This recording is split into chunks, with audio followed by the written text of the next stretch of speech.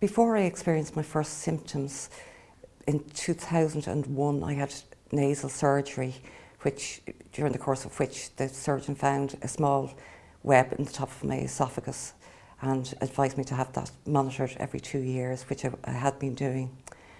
Shortly after that I started to experience a little bit of difficulty drinking, which I didn't pay too much attention to because I was aware that the web was there and I thought perhaps it was connected with that. I was sent for an endoscopy and they took biopsy and made the diagnosis fairly quickly. It was a grade 3 carcinoma.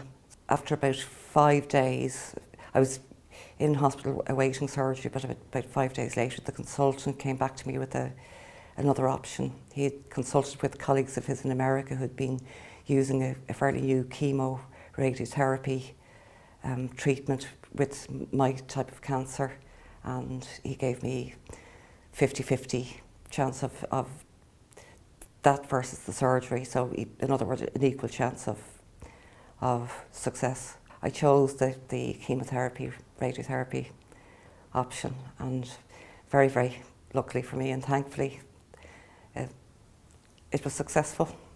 I can live my life relatively normally, but I do have scarring in my esophagus as a result of the radiotherapy treatment, and because they call it stricture, it's a tight piece of scar tissue in my esophagus which causes it to narrow down over time. So approximately every 7 to 8 months I have to go and have what they call a dilatation to stretch that.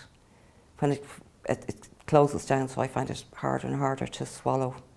When that happens, I go and have my dilatation and things are relatively normal again. Then when I was diagnosed, I decided that I was going to get through it. I would take whatever, I would just keep going. The important thing was just to keep on going, just face into whatever I had to.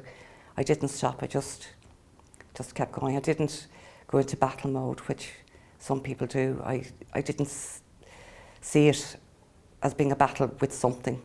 I accepted the cancer as being something that my body had produced, and I had something to learn from it. I decided I would learn whatever lesson there was to be learned from it, and I would accept it as part of me and let it go.